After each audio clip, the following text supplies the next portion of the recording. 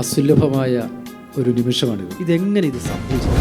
ഇസ്രായേലിൻ നാഥനായി വാഴുമേക ദൈവം. വിശുദ്ധ ഗ്രന്ഥം മുഴുവൻ സമന്വയിച്ചിരിക്കുന്ന ഒരു രചനയായിട്ടാണ് ദൈവം തന്നിരിക്കുന്നത്.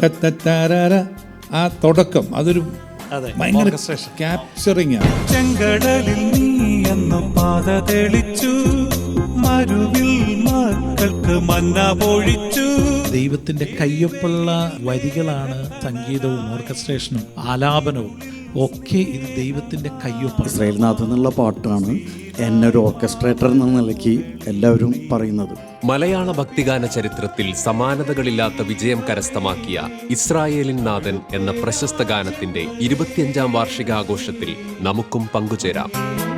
മന്ന പൊഴിച്ച സംഗീതം ഡിസംബർ 25 ക്രിസ്മസ് ദിനത്തിൽ രാത്രി 8:30